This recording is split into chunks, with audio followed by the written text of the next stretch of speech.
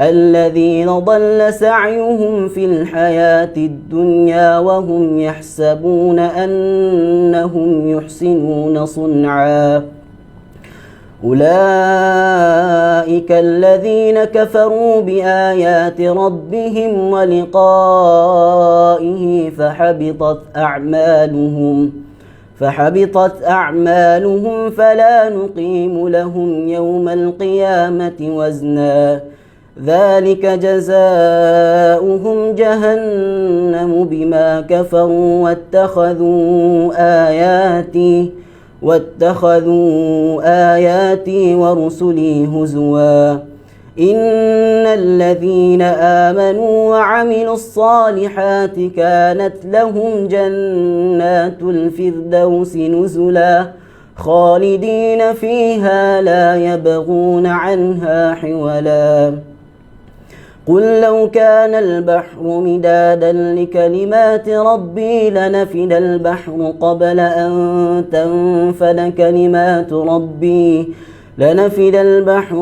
أن تنفذ كلمات ربي ولو جئنا بمثله مددا قل إنما أنا بشر مثلكم يوحى إلي أنما إلهكم إله واحد فمن كان يرجو لقاء ربه فليعمل عملا صالحا ولا يشرك بعبادة ربه أحدا صدق الله العظيم.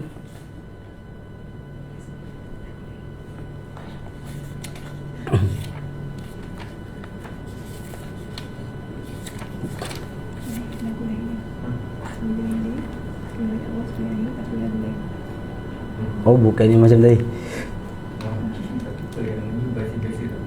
baca biasa. Tanya Ustaz.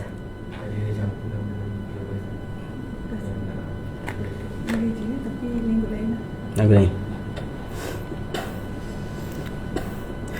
أعوذ بالله من الشيطان الرجيم بسم الله الرحمن الرحيم الحمد لله الذي أنزل على عبده الكتاب ولم يجعل له عوجا قيما لينذر بأسا شديدا من لدنه ويبشر المؤمنين الذين يعملون الصالحات أن لهم أجرا حسنا ماكثين فيه أبدا وينذر الذين قالوا اتخذ الله ولدا ما لهم به من علم ولا لآبائهم كبرت كلمة تخرج من أفواههم إن يقولون إلا كذبا فلعلك باخع نفسك على آثارهم إن لم يؤمنوا بهذا الحديث أسفا إنا جعلنا ما على الأرض زينة لها لنبلوهم أيهم أحسن عملا وإنا لجاعلون ما عليها صعيدا جرزا أم حسبت أن أصحاب الكهف والرقيم كانوا من آياتنا عجبا إذ أوى الفتية إلى الكهف فقالوا ربنا آتنا من لدنك رحمة وهيئ لنا من أمرنا رشدا أفحسب الذين كفروا أن يتخذوا عبادي من دوني أولياء إنا أعتدنا جهنم للكافرين نزلا قل هل ننبئكم بالأخسرين أعمالا الذين ضل سعيهم في الحياة الدنيا وهم يحسبون أنهم يحسنون صنعا أولئك الذين كفروا بآيات ربهم ولقائه فحبطت أعمالهم فلا نقيم لهم يوم القيامة وزنا ذلك جزاؤهم جهنم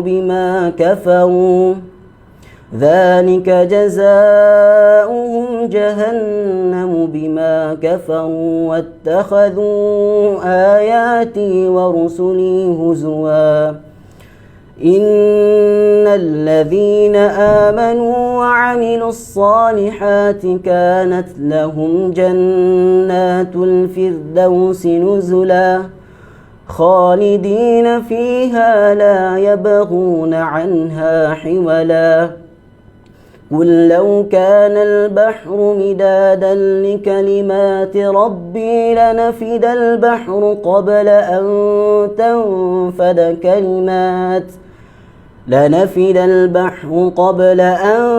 تنفد كلمات ربي ولو جئنا بمثله مددا قل إنما أنا بشر مثلكم يوحى إلي أنما إلهكم إله واحد فمن كان يرجو لقاء ربه فليعمل عملا صالحا ولا يشرك بعبادة ربه أحدا. الله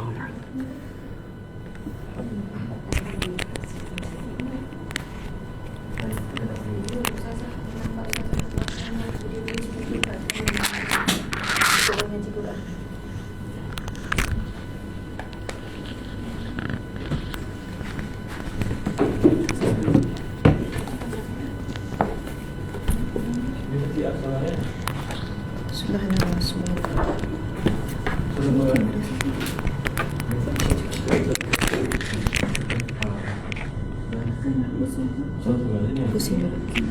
Hah? Tak, jadi gila dengan Ustaz. Nanti ada bacaan. Apa tu?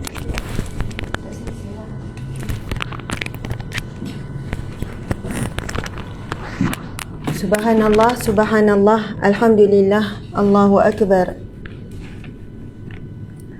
Subhanallah, alhamdulillah, Allahu akbar. Kenapa tak pusing ke?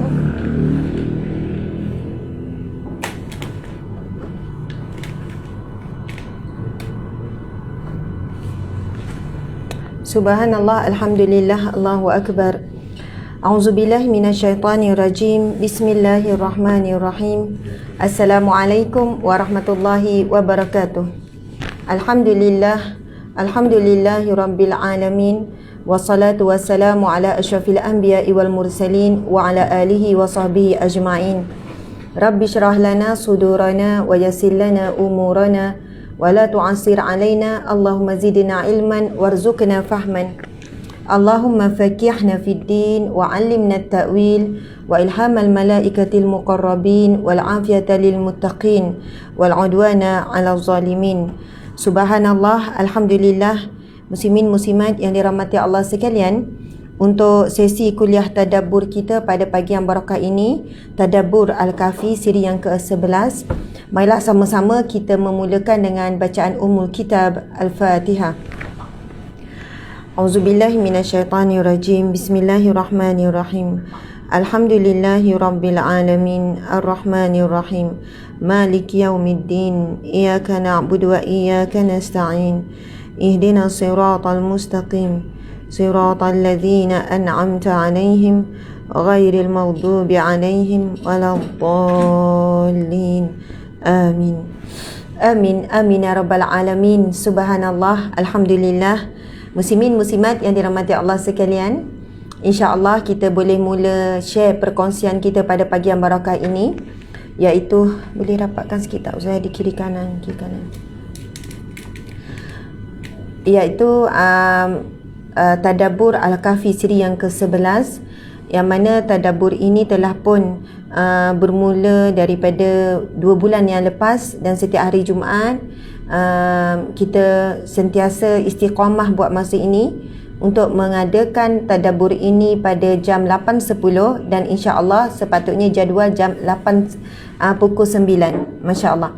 Jadi muslimin muslimat dirahmati Allah sekalian, saya doakan semoga kalian semuanya dalam keadaan sihat walafiat, dalam keadaan yang tenang, dalam keadaan yang bahagia, dalam keadaan sentiasa dalam rahmat Allah Subhanahu Wa Taala.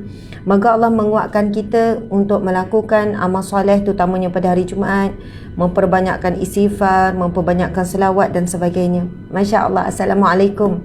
Kan ramai yang bagi salam Sayyidul Ayyam, iaitu penghulu hari. Hari Jumaat adalah penghulu hari. Kelebihan hari Jumaat ini disebut dalam hadis Nabi sallallahu alaihi wasallam tentang banyak kelebihan hari Jumaat. Kan, tentang kelebihan hari Jumaat. Kenapa hari Jumaat ini dijadikan satu hari yang mulia? Kenapa hari Jumaat dipanggil Sayyidul Ayyam? Kan, iaitu penghulu segala hari. Masya Allah. Jadi antaranya Allah menciptakan langit dan bumi, kan, menyempurnakan penciptaannya. Hari Jumaat juga dikatakan hari Nabi Adam alaihi salam, Allah turunkan ke bumi dan sebagainya. Masya Allah. Nanti kita akan tengok lagi apa lagi kelebihan ataupun kenapa hari Jumaat ini dijadikan sebagai Sayyidul Ayyam. Saya ingin mengucapkan jutaan terima kasih kepada, sebab itu unit pendidikan wajib ada, selalu saya minta kan. Okey, terutamanya nak ucapkan terima kasih kepada Ustaz Junaid Sarip. Ustaz Junaid Sarip, Masya Allah, merupakan seorang guru Al-Quran di Tahfiz Huriyah Al-Jannah. Tahfiz Huriyah Al-Jannah. Ustaz Junaid Sarip adalah insya Allah selepas ini menjadi guru Al-Quran kita juga, menjadi guru Al-Quran untuk di bawah Sahabat Amal Care, ataupun kita panggil ketua pembimbing lah Al-Quran kepada guru-guru Al-Quran kita, yang mana kita ada buka kelas-kelas pengajian terutamanya kepada asnaf fakir miskin secara percuma. Masya Allah. Dan mudah-mudahan Ustaz Junaid boleh terus bersama dengan kita selepas ini dalam siri tadabbur, bukan Al-Kahfi saja. Dan sebenarnya kelebihan Ustaz Junaid ni, Ustaz Junaid Sarip ni banyak, bukan sekadar boleh meniru pelbagai bacaan imam-imam yang tersohor, terkemuka dan sebagainya. Masya Allah. Jadi insya Allah selepas ini kita boleh mendengar lagi daripada Ustaz Junaid Sarip, keturunan daripada Filipina. Betul ya Ustaz? Filipin. Jadi mak ke ayah Filipin? Oh, semua Filipin. Oh, subhanallah. Ibu ayah kedua-duanya Filipin. Kemudian macam mana boleh hijrah ke Malaysia? Nak mengajar. Oh, nak mengajar. Tapi maksudnya walaupun duduk di Filipin, kan, boleh pusing sekejap. Tak payahlah gerak, pusing saja. Sebab bila gerak-gerak tengok Ustazah gerak lagi. Okey, itu Ustaz Junaid kita tadi. Okey Ustaz, saya tanya sekadar kita berkenalan kan, lepas ni insya-Allah. Ustaz Junaid umur berapa?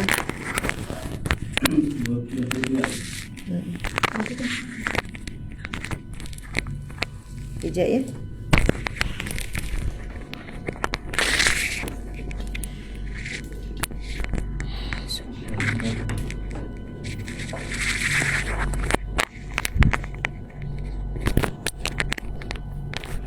Okey, Ustaz Junaid, nama penuh? Nama penuh Junaid Sarip Alug. Alug. Okey, Alug. Okey, boleh Junaid cerita sikit, Junaid orang Filipin, mak ayah pun Filipin. Adakah bahasa Melayu dibelajar daripada Filipin lagi? Lepas tu macam mana Junaid boleh, Ustaz Junaid boleh hijrah ke sini, ke Malaysia? Okey. Alhamdulillah wassalatu wassalamu ala asyrafil anbiya'i wal mursalin nabiyina Muhammad wa ala alihi wa sahbihi ajma'in. Wa ba'd. Assalamualaikum warahmatullahi wabarakatuh. Awalnya saya orang Filipin, mak dan ayah semua orang Filipin.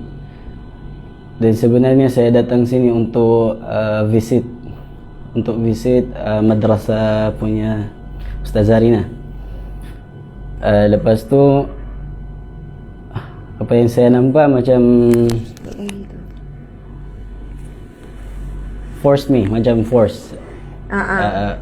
Macam tarik. Ya, menarik. Nak saya harus mengajar di sini. Ya. Itu. Subhanallah. Bahasa Melayu belajar daripada mana? Bahasa Melayu di sini, tapi dulu saya pakai bahasa Indon dulu. Oh, maksudnya daripada kecil memang dah boleh bahasa Indonesia. Sikit-sikit. Sikit-sikit. Okey, boleh tak Ustaz cakap dalam bahasa Filipin tentang hari Jumaat, terlebih hari Jumaat kita kena banyak selawat dalam bahasa Filipin. Mga kapatid, sa pananampalataya ng Islam, sa araw ng Jum'ah ay kinikilalang ito ang Pangulo ng Hari sa lahat ng hari. At dito sa araw ng Jum'ah pinagpaparami ang pagsasagawa ng salawatun Nabi. Dan ang lahat ng ibada ay lahat ng ating ginagawang ibada ay sunnah. Ustaz cakap lagi Ustaz, tak puas lagi. So yun nga, lahat ng gawain sa araw ng Yaumul Jum'ah ay mas matimbang kaysa sa mga ibang araw. Dahil ang Yaumul Jum'ah ay puno ng barakah. So yun nga, tulad ng sabi ng Ustad, ang pagpaparami ng salawat sa araw ng Jum'ah. Masya Allah. Ustaz translate apa yang Ustaz share? Hari Jumaat yang penghulu hari. Apa yang kita buat ibadah fi yaumul Jum'ah ay pahala tinggi. More barakah. And also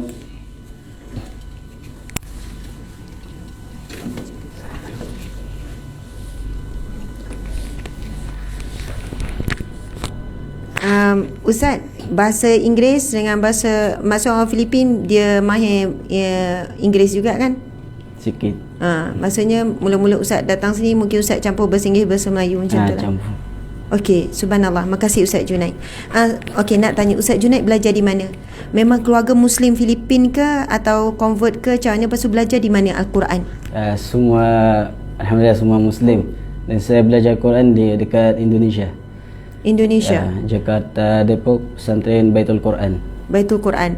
Dan Ustaz hafiz 30 juzuk kan? Masya Allah. Ustaz boleh ikut bacaan imam biasa, imam kegemaran Ustaz. Kegemaran. Yang paling Ustaz suka lagu imam mana? Misyari dengan Mahir. Misyari dengan Mahir. Tadi Ustaz baca tadi dengan bacaan siapa? Misyari dengan yang awal tu Misyari dengan Mahir. Oh, yang campur. Kedua, dah tercampur. Yang kedua Misyari juga tapi lain. Versi lain. Okey, boleh tak Ustaz bacakan Al-Fatihah dalam bacaan Misyari yang selalu Syekh Misyari baca? Bismillahirrahmanirrahim. Alhamdulillahi Rabbil Alamin. Ar-Rahmanir Rahim. Maliki Yawmiddin. Iyyaka na'budu wa iyyaka nasta'in. Ihdinas siratal mustaqim. Siratal ladzina an'amta 'alaihim ghairil maghdubi 'alaihim waladdallin.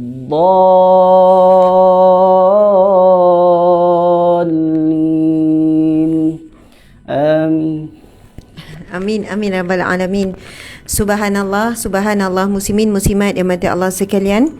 Sebagaimana yang kita panggil Syekh Junaid, insya-Allah Syekh Junaid kan, Ustaz Junaid Sarip subhanallah, daripada Filipin.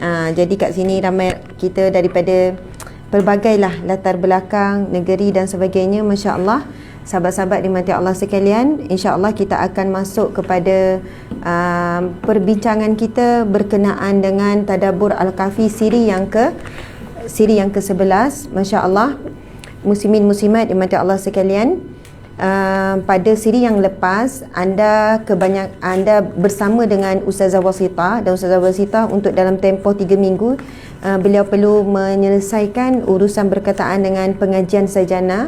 Jadi dalam tempoh ini perkongsiannya adalah bersama dengan saya, Ustazah Asma Harun. Jadi sahabat-sahabat di FB page dan sebagainya, bolehlah kita buat bolehlah kita share perkongsian ini supaya lebih ramai orang datang dan sama-sama kita tuliskan nota. Okey, insya-Allah kita minta sekali lagi Ustaz membacakan surah Al-Kahfi ayat 19 hingga 20. Ustaz, kita akan tadabbur surah Al-Kahfi ayat 19 hingga 20. Saya rasa di awal lagi ada. Okey.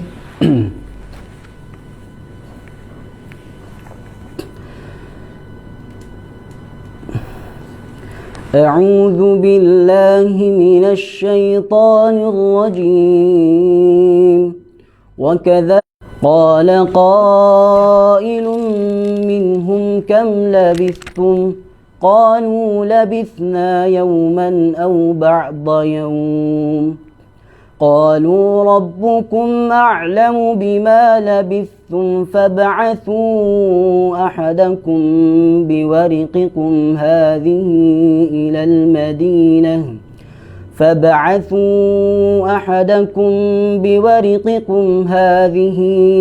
المدينة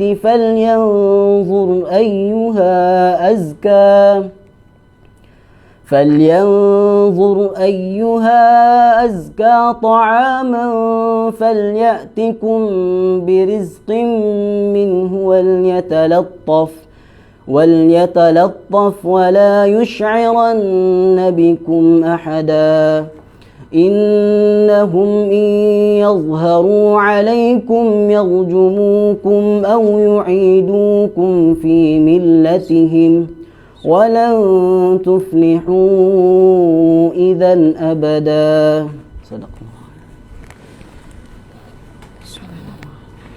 Sadaqallahul Azim. Firman Allah Subhanahu wa taala surah Al-Kahfi ayat 19 hingga 20 yang bermaksud, dan demikianlah kami bangunkan mereka agar di antara mereka saling bertanya. Salah seorang di antara mereka berkata, "Sudah berapa lama kamu berada di sini?" Mereka menjawab, "Kita berada di sini sehari atau setengah hari." Berkata yang lain lagi, "Rabbmu lebih mengetahui berapa lama kamu berada di sini. Maka suruhlah salah seorang di antara kamu pergi ke kota dengan membawa wang perakmu ini. Dan hendaklah dia lihat manakah makanan yang lebih baik, dan bawalah sebahagian makanan itu untukmu. Dan hendaklah dia berlaku lemah lembut, dan jangan sekali-kali menceritakan halmu kepada sesiapa pun. Sesungguhnya jika mereka dapat mengetahui tempatmu, nescaya mereka akan melempar kamu dengan batu ataupun memaksamu kembali kepada agama mereka. Dan jika demikian, nescaya kamu tidak akan beruntung selama-lamanya." Okey, subhanallah. Sahabat-sahabat yang dirahmati Allah sekalian, pada ayat yang bakal kita tadabbur ini, kita menyambung kisah Ashabul Kahfi, bagaimana setelah mereka bangun daripada tidur dalam tempoh 309 tahun. Okey, kita akan melihat slide yang telah kita sediakan untuk kefahaman kita, masya-Allah. Okey.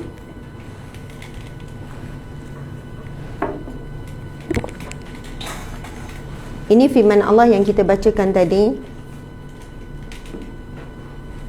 Okey, kita dah tengok maksud dia tadi.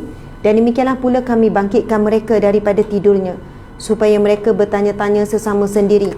Salah seorang di antaranya bertanya, "Berapa lama kamu tidur?" Sebahagian pada mereka menjawab, "Kita telah tidur selama sehari ataupun sebahagian dari sehari ataupun setengah hari." Sebahagian lagi dari mereka berkata, "Tuhan kamu lebih mengetahui tentang lamanya kamu tidur. Sekarang utuslah salah seorang dari kamu membawa wang perak untuk ke bandar. Kemudian biarlah dia mencari dan memilih mana-mana jenis makanan yang lebih baik lagi halal. Kemudian hendaklah ia membawa untuk kamu sedikit habuan daripadanya. Dan hendaklah ia membawa berlemah lembut. Pesan ni supaya lemah lembut dengan bersungguh-sungguh ketika di bandar. Dan jangan pula melakukan sesuatu yang menyebabkan sesiapa pun menyedari. Maksudnya boleh syak wasangka dan sebagainya. Okey, apabila bila kita perhatikan perkataan ayat yang kita baca tadi pada ayat yang ke-19 tadi, kan, kita tengok Allah memulakan dengan perkataan wa kadzalika ba'atsnahum. Okey, wa kadzalika ba'atsnahum, dan demikianlah pula kami bangkitkan mereka daripada tidurnya. Allah Subhanahu Wa Taala berfirman, sebagaimana kami telah tidurkan mereka, maka kami bangunkan mereka sama seperti keadaan mereka ditidurkan. Badan, rambut dan kulit mereka tetap sihat. Okey, ini telah dikupas oleh Ustazah Wasitah. Dan ketika mereka tidur, Allah membolak-balikkan keadaan mereka sedikit pun tidak berubah walaupun telah tidur selama 309 tahun. Oleh kerana itu, apabila mereka dibangunkan, mereka saling bertanya, kam labistum, sudah berapa lamakah kamu berada di sini? Atau sudah berapa lama kita tertidur di sini? Dan sebab apa mereka saling berkata, kita mungkin tidur satu hari ataupun setengah hari? Kerana Allah mengekalkan Allah mengekalkan keadaan mereka sama seperti mana sebelum mereka tidur. Kan, dalam keadaan kulit tak adalah jadi berkedut sebab umur dah beratus tahun. Dalam keadaan tubuh badan bukanlah jadi tua bangka dan sebagainya. Tak nampak kesan-kesan usia tersebut. Begitu juga dengan pakaian. Dan selama 309 tahun tersebut, Allah Subhanahu Wa Taala semasa mereka tidur, Allah melindungi mereka, kan, daripada binatang-binatang untuk mengganggu. Mungkin binatang, seperti kita sebutkan serangga-serangga yang boleh masuk melalui telinga dan sebagainya. Allah menjaga, memelihara. Dan sepanjang mereka tidur, Allah juga membolak-balikkan badan mereka. Sebab kita tahu kalau duduk dalam tempoh yang lama, tidur dan tempoh yang lama tanpa bergerak, contohnya kalau kita jaga orang sakit, kan, orang sakit, lumpuh, stroke dan sebagainya, kita perlu pusing-pusing, kalau tak dia akan jadi mereput, rosak kulit, rosak tulang dan sebagainya. Jadi dalam tempoh Ashabul Kahfi ini, kan, ditidurkan oleh Allah Subhanahu Wa Taala. Allah yang menidurkan, Allah yang juga menjaga, Allah juga yang memelihara. Tuan-puan sekalian, jika kita tengok kisah Ashabul Kahfi ni, Allah Subhanahu Wa Taala bagi tidur berterusan 309 tahun. Dan Allah juga tidurkan kita pada setiap malam berterusan. Kalau saya dah umur 40 tahun, dah berapa ratus ribu malam dah saya tidur.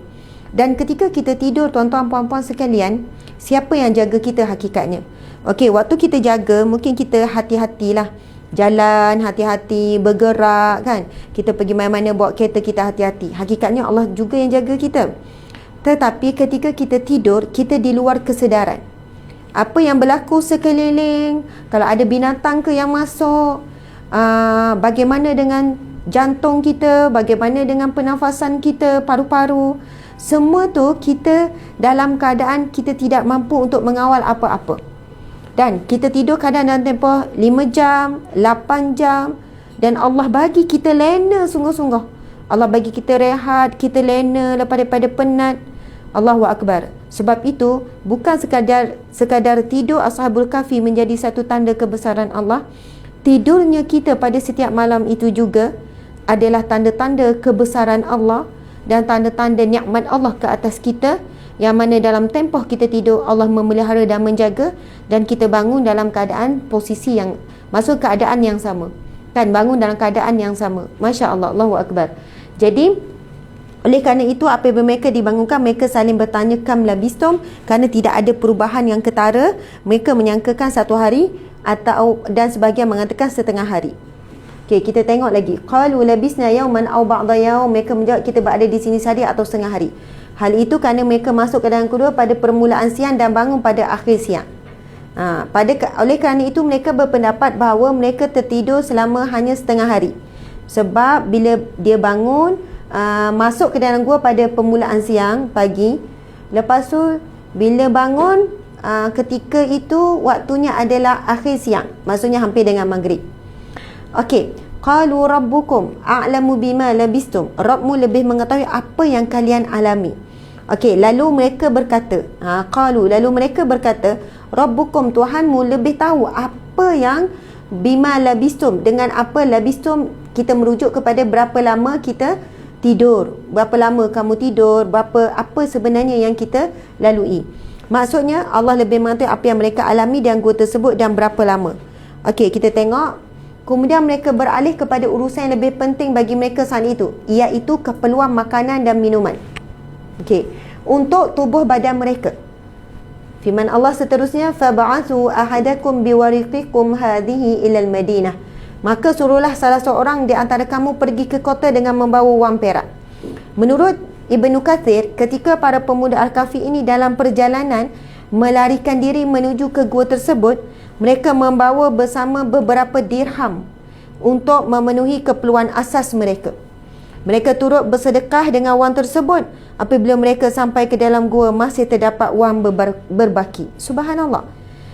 Muslimin muslimat yang dirahmati Allah sekalian, ini berdasarkan pendapat Imam Ibnu Katsir mengatakan bahawasanya pemuda Al-Kahfi ni dalam perjalanan ketika menyelamatkan dirinya kan daripada pemerintah yang zalim, demi agama, demi akidah, demi iman mereka, mereka bawa bersama beberapa dirham.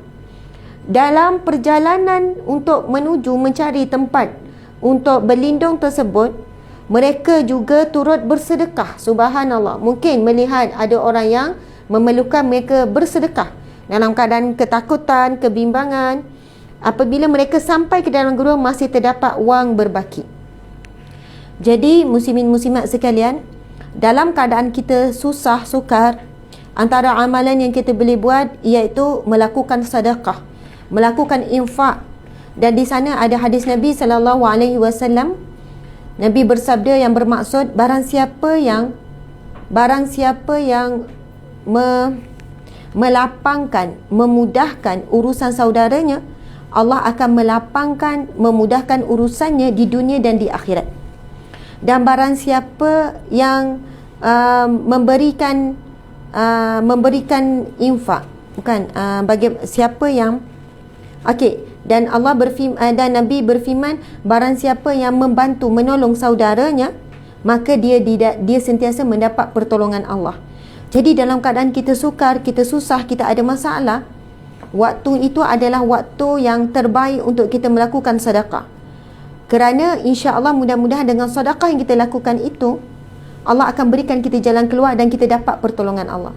Okay, kita boleh rujuk hadis itu, mungkin boleh syarikan, maksudnya matan hadis tu bagi melalui telefon ya, tak payah macam melalui laptop, susah. Okey, dia memang ada matan hadis yang khusus, yang jelas tentang bagaimana Allah sentiasa dalam pertolongan hamba-Nya selama mana seorang hamba itu membantu dan menolong saudaranya.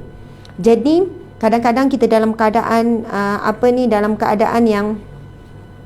kadang-kadang kita dalam keadaan yang buntu sangat, kita boleh buat sedekah, sama ada secara carilah orang-orang yang susah di sekeliling kita, ataupun kita buatlah sedekah, carilah melalui online. Kemudian ketika kita nak sedekah, kita boleh saja bertawasul, kita boleh saja mengharap, ya Allah, aku dalam kesulitan, ya Allah, aku dalam kesukaran, aku dalam kesedihan, duka cita, ya Allah. Ya Allah, aku bersedekah di jalan-Mu ini, ya Allah, kerana mengharapkan redha-Mu. Ampunkanlah dosa-dosaku, ya Allah, kerana kelalaianku, ya Allah. Kerana kelalaianku, ya Allah, telah pun menimpa kepadaku kesukaran, kesulitan. Jika kerana kelalaian inilah, subhanallah, yang menyebabkan aku diuji oleh-Mu, ya Allah, lalu Engkau murka kepadaku, ya Allah, dan ujian ini menimpaku, ya Allah, maka mudah-mudahan sedekah ini boleh memadamkan dosa-dosaku, ya Allah. Kan di sana ada hadis Nabi SAW yang Nabi sebut, sesungguhnya sedekah akan memadamkan, sedekah akan memadamkan dosa kamu, kan, memadamkan api neraka, masya-Allah, sebagaimana air memadamkan api. Sama juga sedekah boleh menggugurkan dosa-dosa kita. Jadi kalau kita tengok kisah Ashabul Kahfi ini, masya-Allah, mereka bersedekah dengan wang tersebut. Apabila mereka sampai ke dalam gua, masih terdapat wang yang berbaki. Memang tak jumpa sampai sudah ke? Tak apa dah. Dengan baki wang inilah mereka menghantar wakil salah seorang di antara mereka pergi ke kota untuk mencari makanan. Falyanzur ayyuha azka ta'aman, dan hendaklah dia lihat makanan manakah yang lebih suci. Maksudnya mereka carilah kan makanan, keluar seorang wakil untuk mencari makanan. Maksudnya hendaklah dia memilih makanan yang paling baik, halal, banyak dengan harga berpatutan. Melalui potongan ayat ini, sebagian ulama tafsir berpendapat salah satu ciri keistimewaan para pemuda Al-Kahfi ini adalah mereka merupakan golongan yang sentiasa mencari makanan yang halal. Subhanallah. Subhanallah. Antara kekuatan pemuda Al-Kahfi, kenapa dalam keadaan kaum dia kufur dengan terhadap Allah Subhanahu Wa Taala, lalai jauh, sedangkan mereka ini suatu kaum yang telah sampai petunjuk, sampai hidayah. Kalau tak, bagaimana golongan muda ini mengenali dan beriman kepada Allah? Tetapi ujian datang dalam pelbagai bentuk, kemewahan, kekuasaan dan sebagainya. Mereka kalah dengan ugutan para pemerintah. Subhanallah. Dan kenapa para pemuda Al-Kahfi ini antara golongan yang selamat, yang kuat pendirian, yang kuat akidah? Antaranya adalah para ahli ulama mengatakan ini golongan pemuda yang sangat menjaga sumber makanan. Masya Allah. Kita tahu hadis Nabi SAW, Nabi bersabda, kullu lahmin nabatin min haram fannaru aulabi. Setiap daging yang tumbuh daripada sumber yang haram, maka neraka lebih utama baginya. Masya Allah. Dan di sana Nabi bersabda, ala wa inna fil jasadi mudghah. Ketahuilah bahawasanya dalam tubuh badan manusia itu ada seketul daging. Wa iza salaha wa iza salahat salahal jasadu kullu. Jika daging itu baik, baik seluruh anggota badan. Wa iza fasadat jasadu kullu. Bila buruk, busuk, maka buruk, busuklah seluruh anggota badan. Ala wahya qalbun. Ketahuilah itu adalah hati. Jadi jika makanan kita makan itu baik, maka akan membentuk hati yang baik, dan hati yang baik akan membentuk seluruh anggota badannya juga baik. Tapi berbeza apabila hatinya rosak disebabkan sumber makanan, maka akan rosaklah seluruh anggota badan yang lain. Jadi antara sebab utama untuk kita mengukuhkan akidah kita, mengukuhkan keimanan kita, adalah berkaitan dengan sumber makanan. Dan ibu bapa, kita sebagai ibu bapa, ini adalah salah satu tanggungjawab dan concern kita. Bagaimana nak memastikan setiap makanan yang masuk ke dalam tubuh badan anak kita dan diri kita adalah sumber makanan yang diyakini halal, bersih, suci. Dan kalaulah kita mampu untuk mencari yang barakah, itu lebih baik. Jadi berkait juga dengan sumber rizki yang kita cari, pekerjaan kita, sejauh mana kita aman dengan sumber rizki dan sebagainya. Masya Allah. Okey, maksudnya kita tengok lagi melalui potongan ayat ini, sebagai ulama tafsir berpendapat salah satu ciri keistimewaan para pemuda Al-Kahfi ini, mereka merupakan golongan yang sentiasa mencari makanan yang halal, makanan yang barakah. Okey. Dan perkataan wal yatalattaf, dan hendaklah dia berlaku lemah lembut dengan bersungguh-sungguh, iaitu hendaklah dia sentiasa berlemah lembut dan berbuat baik saat berinteraksi dengan penduduk kota agar tidak ditipu. Juga sentiasa bersikap berhati-hati dalam perbelanjaan dan sepanjang perjalanan pergi dan pulang. Subhanallah. Wala yush'iranna bikum ahada, dan janganlah dia melakukan sesuatu yang menyebabkan sesiapa pun menyedari akan hal kamu. Hendaklah dia berusaha semaksimal mungkin untuk menyembunyikan jati diri, kan, menyembunyikan cerita tentang diri mereka agar tidak dikenali, tidak timbul syak wasangka. Okey, ini kerana ketika mereka melarikan diri selama mereka ni 309 tahun sebelumnya, para pengikut Raja Diyanu sedang mencari mereka. Ketika mereka bersembunyi itu, pengikut Raja Diyanu ni mencari-cari mereka. Oleh itu mereka perlu berhati-hati agar pengikut raja tersebut tidak mengetahui keberadaan mereka. Firman Allah Subhanahu Wa Taala dalam ayat yang seterusnya, kan, penghujung ayat 20 ini, yang bermaksud sesungguhnya kalaulah mereka mengetahui hal kamu, tentulah mereka akan merejam dengan membunuh kamu, atau mereka akan mengembalikan kamu kepada agama. Ini ayat 20, secara paksa. Dan jika berlaku demikian, kamu tidak sekali-kali akan berjaya selama-lamanya. Subhanallah. Jadi itulah pesan memesan antara mereka supaya berhati-hati, berlemah lembut, menyembunyikan identiti, sebab mereka menyangkakan mereka baru tidur setengah hari, baru tidur 1 hari, sedangkan mereka telah tidur 309 tahun. dan pemerintah pun sudah bertukar ketika itu daripada pemerintah yang musyrik, pemerintah yang zalim kepada pemerintah di bawah pemerintahan orang-orang yang beriman. Pemerintah ketika itu adalah pemerintah orang-orang yang soleh.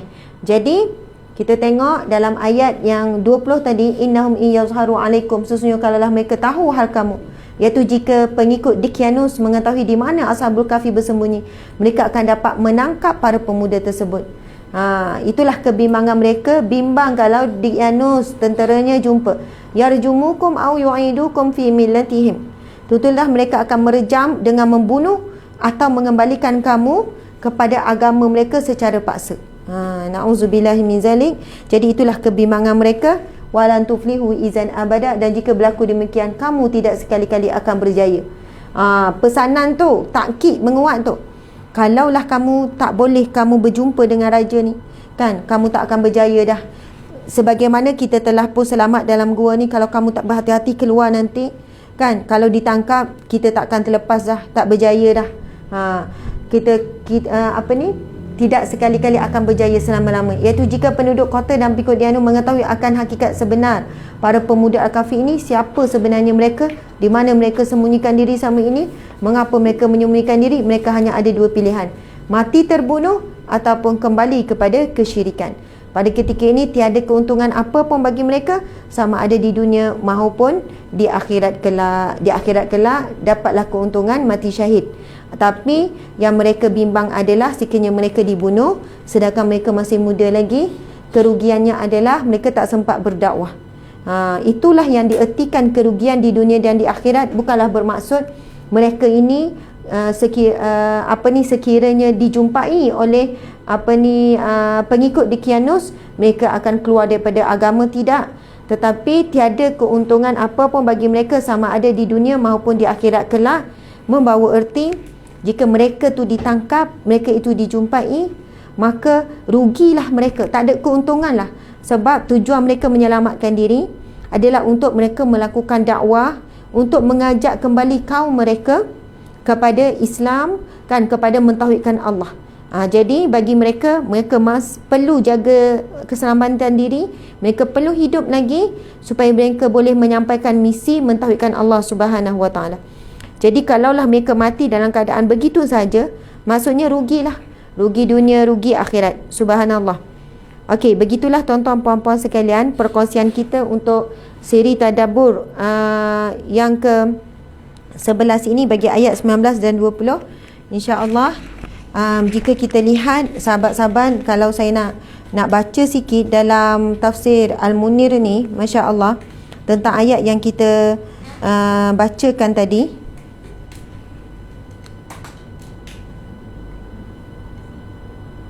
Subhanallah. Allah Subhanahu Wa Taala tambahkan hidayah kepada mereka, kemudian menidurkan mereka, dan Allah sentiasa menjaga tubuh mereka agar tidak rosak dan hancur. Masya Allah.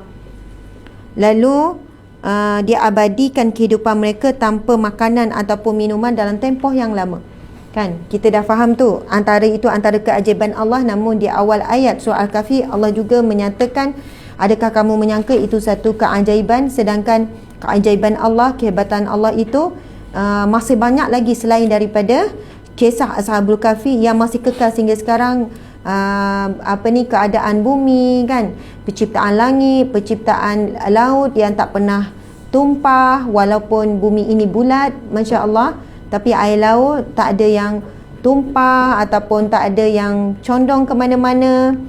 Penciptaan, begitu juga dengan aliran sungai. Maksudnya, subhanallah, sahabat-sahabat sekalian, masih banyak tanda-tanda kebesaran Allah. Sebab itu Allah menyebut pada awal-awal surah Al-Kahfi, adakah kamu menyangka Allah menidurkan Ashabul Kahfi selama 309 tahun itu adalah satu keajaiban yang sangat luar biasa. Sebenarnya keajaiban alam, keajaiban penciptaan kita sendiri adalah satu menunjukkan kehebatan Allah Subhanahu Wa Taala. Masya Allah. Sahabat-sahabat yang dimati Allah sekalian, maka sekadar itulah perkongsian kita pada hari Jumaat yang barakah ini. InsyaAllah kita akan terus bersama dalam tadabbur Al-Kahfi pada siri yang seterusnya, iaitu siri yang ke-12, dan pada ayat yang ke-21 kita akan pergi menyambung kisah bagaimana setelah kaum ketika itu bertemu dengan mereka. Bagaimana setelah dia ada wakil pergi ke pasar, kemudian bila berjumpa dengan masyarakat dan masyarakat mengenali mereka, masyarakat bila tahu kan, bila tengok dinar tu dinar yang dah beratus tahun yang lepas, kemudian akhirnya masyarakat membawakan mereka kepada pemimpin yang beriman ketika itu. Jadi nantikan kisahnya bersambung pada Jumaat minggu depan insya-Allah dalam siri Tadabbur Al-Kahfi siri yang ke-12. Mudah-mudahan kita dapat sedikit manfaat. Antaranya adalah subhanallah, ketika dalam keadaan kita sukar, susah, kita lakukan sedekah, sebab melalui jalan sedekah itu Allah akan meringankan urusan kita, Allah memberikan kita jalan keluar, masya-Allah, sebagaimana hadis Nabi sallallahu alaihi wasallam yang berkenaan dengan Allah melapangkan urusan saudaranya. Okey, kemudian sebenarnya mafhum hadis tentang bab melapangkan urusan saudaranya ini memang banyaklah, selalu juga kita share, kita sebut, masya-Allah. Ada tak? Kenapa kamu cari mic laptop ya? Ya.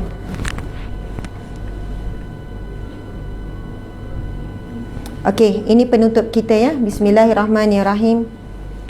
Hadis riwayat Tirmizi, Nasa'i dan Sunan Al-Kubra At-Tabrani. Demi Allah, sesungguhnya kamu telah bertanya kepadaku tentang sesuatu urusan yang besar. Okey. Bukan ni, Dek. Ya. Bawah.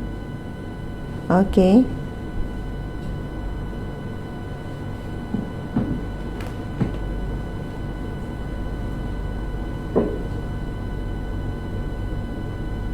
Tak jumpa. Okey. Subhanallah, tuan-tuan puan-puan sekalian, mafhum daripada hadis Nabi, barang siapa yang meringankan urusan saudaranya, Allah akan memudah dan meringankan urusan seseorang itu dunia dan akhirat. Barang siapa yang melapangkan urusan dan barang siapa yang menolong saudaranya. Saya sebenarnya nak cari matan hadis tu, nak baca. Ustaz hafal ke?